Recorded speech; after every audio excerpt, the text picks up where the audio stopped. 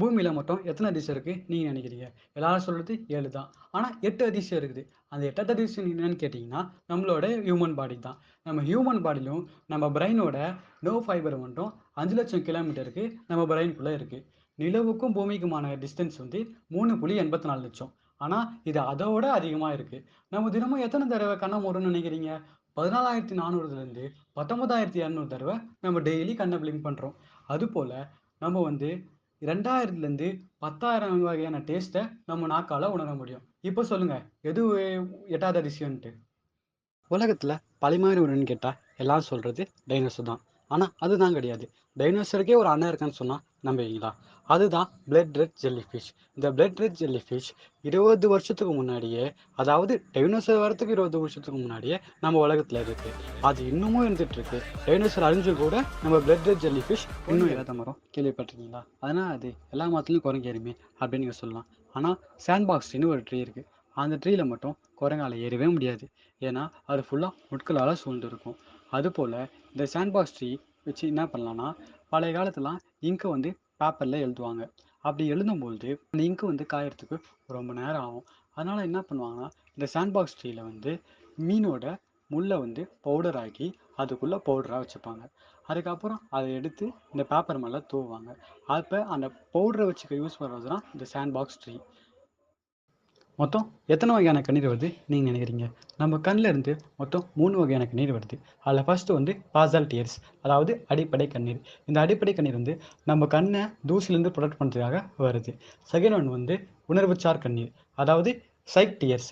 இது வந்து நம்ம பிரிஞ்சது, நம்ம ஒருத்தவங்களை பிரியிறது, கோபம், மன அழுத்தம் அப்போல்லாம் வரும்ல, அந்த கண்ணீரை வந்து உணர்வுச்சார் கண்ணீர், அதாவது சைக் டியர்ஸ் அப்படின்னு சொல்லலாம். லாஸ்ட் ஒன் வந்து ரிஃப்ளெக்ஸிவ் கண்ணீர், அதாவது நம்ம வெங்காயம் எறியும் போது, தும்மும் போது, இருமும் போது அப்போ வரும்ல, அதெல்லாம் வந்து ரிஃப்ளெக்ஸிவ். காதலுக்காக தமிழ்நாட்டில் தாஜ்மஹால் கட்டியிருக்காங்கன்னு சொன்னால் நம்புவீங்களா? என்ன ப்ரோ சொல்லுவ, டெல்லியில் தானே தாஜ்மஹால் இருக்கு, தமிழ்நாட்டில் தாஜ்மஹால் எங்கே இருக்குது அப்படின்னு நீங்கள் கேட்கலாம். H.A. பிரெட் என்ற பிரிட்டிஷ் எம்பரர் தன் மனைவிக்காக இந்த கேஸ்டில் கட்டினாரு, அதாவது இந்த கோட்டையை கட்டினாரு. தன் மனைவியை வந்து இந்தியாவுக்கு அழைக்கும் போது அவங்க என்ன சொல்கிறாங்கன்னா, எனக்கு இந்த மாதிரியே நம்ம வீடு மாதிரியே எனக்கு ஒரு இந்தியாவில் ஒரு கேஸ்டில் இருந்தால் தான் நான் வந்து வருவேன், இல்லைன்னா நான் வரமாட்டேன் அப்படின்னு சொல்கிறாரு. இதுக்காக இவர் கஷ்டப்பட்டு இந்த கேஸ்டில் வந்து கட்டுறாரு. இந்த கேஸ்டில் கட்டுறதுக்கு அப்புறம் அவங்க ஒய்ஃப் வந்தாரா கேட்டிங்கன்னா அதுதான் கிடையாது. இவர் வந்து இங்கிலாந்துக்கு போயிடுறாரு. அப்போ இந்த கேஸ்டில் வந்து பிரிட்டிஷ் அரசாங்கம் எடுத்துடுறாங்க. பிரிட்டிஷ் அரசாங்கம் வந்து எழுதுறதுக்கு அப்புறம் இதை வந்து ஏலத்தில் விட்டுறாங்க. அப்போ ஏலத்தில் விடும்போது வரதராஜ நாயுடு என்ற தமிழாக இது வாங்கப்படுது. இது வாங்கினதுக்கு அப்புறம் இதில் இருக்கிற பல பார்ட்ஸ் வந்து வெளியே எடுத்துகிட்டு போயிடுறாங்க. இப்போ வந்து இது ஒரு பாலடைஞ்ச பங்களாவா, யாருக்குமே எந்த விஷயமும் தெரியாமல் இன்னும் கிருஷ்ணகிரி மாவட்டத்தில் இருக்கு. ஸ்வீட் ஸ்கூல்ல போட்டியா? என்ன ப்ரோ சொல்ற, ஸ்வீட் ஸ்கூல்ல எப்படி போடிங்க இருக்கும் அப்படின்னு நீங்க கேட்கலாம். போடலாமா? 2022லேருந்து 2023 வரைக்கும் ஒரு ஸ்டாட்டிஸ்டிக்ஸ் எடுத்திருக்காங்க. அது வேர்ல்டு ஃபுல்லாக இருக்க டாப் 50 ஸ்வீட்சை ரேங்கிங் கொடுத்துருக்காங்க. அதில் இந்தியாவுக்கு எத்தனாவது ரேங்க்ன்றதை நான் கடைசியாக சொல்கிறேன். இதில் ஃபர்ஸ்ட் ரேங்க் எதுன்னு பார்ப்போம். அதில் வந்து ஃப்ரான்ஸோட கிரிப்ஸ் என்ற ஸ்வீட் தான் ஃபர்ஸ்ட் பொசிஷனை பிடிச்சிருக்கு. செகண்ட் வந்து பிரேசில் நாட்டோட பாம்பகேடோ அப்படின்ற ஸ்வீட் தான் செகண்ட் பிளேஸை பிடிச்சிருக்கு. நெக்ஸ்ட் வந்து பெரு நாட்டோட கியூசோ ஹெல்லோடா, அதை வந்து தேர்ட் பொசிஷனை பிடிச்சிருக்கு. அடுத்து இந்தியாவோட தான் பார்ப்போம். இந்தியாவோட வந்து 31st பொசிஷனில் ரசமலாயும், 41th பொசிஷனில் காஜு கத்லியும் இடம்பெற்றிருக்கு.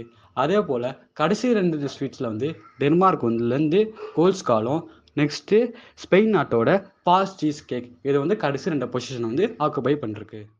ஒரு கேட்ச் இந்தியாவோட முழுமை சுதந்திரத்தையும் மரியாதையும் தேடி தந்து சொன்னால் எல்லாம் எந்த கேட்ச் சொல்லுவீங்க?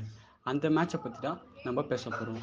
அந்த match 1983 world cup final, India vs west Indies. அதில் இந்தியா வந்து 183 ரன் மட்டும் தான் டார்கெட்டாக கொடுத்துருந்தாங்க. அதுக்கடுத்து பேட் செய்ய வந்த வெஸ்ட் இண்டீஸ் அதை வந்து ஈஸியாக சேஸ் பண்ணிட்டு வந்தாங்க. அப்போ பேட்டிங் அந்த இவருக்கு பவுண்டரி மலையில் பொழிந்தார். அதுக்கப்புறம் இவர் பவுலிங் போட போட அடிச்சுட்டே இருக்க ஒரு கேட்ச் வந்து மேலே ஹைட்டாக போயிடுச்சு. அப்போ வந்து என்ன பண்ணாருன்னா, ஒரு மனுஷன் வந்து 60 ஃபீட் பின்னோக்கி ஓடி அந்த கேட்சை பிடிச்சி இந்தியாவுக்கு பெருமை சேர்த்ததும் இல்லாமல் அந்த வேர்ல்டு கப்பையும் அடிக்க காரணமாக இருந்து அந்த வேர்ல்டு கப்பை கேப்டனாக இருந்தது அவர் யாரும் வேற யாரும் இல்லை, Kapil Dev, the greatest man ever.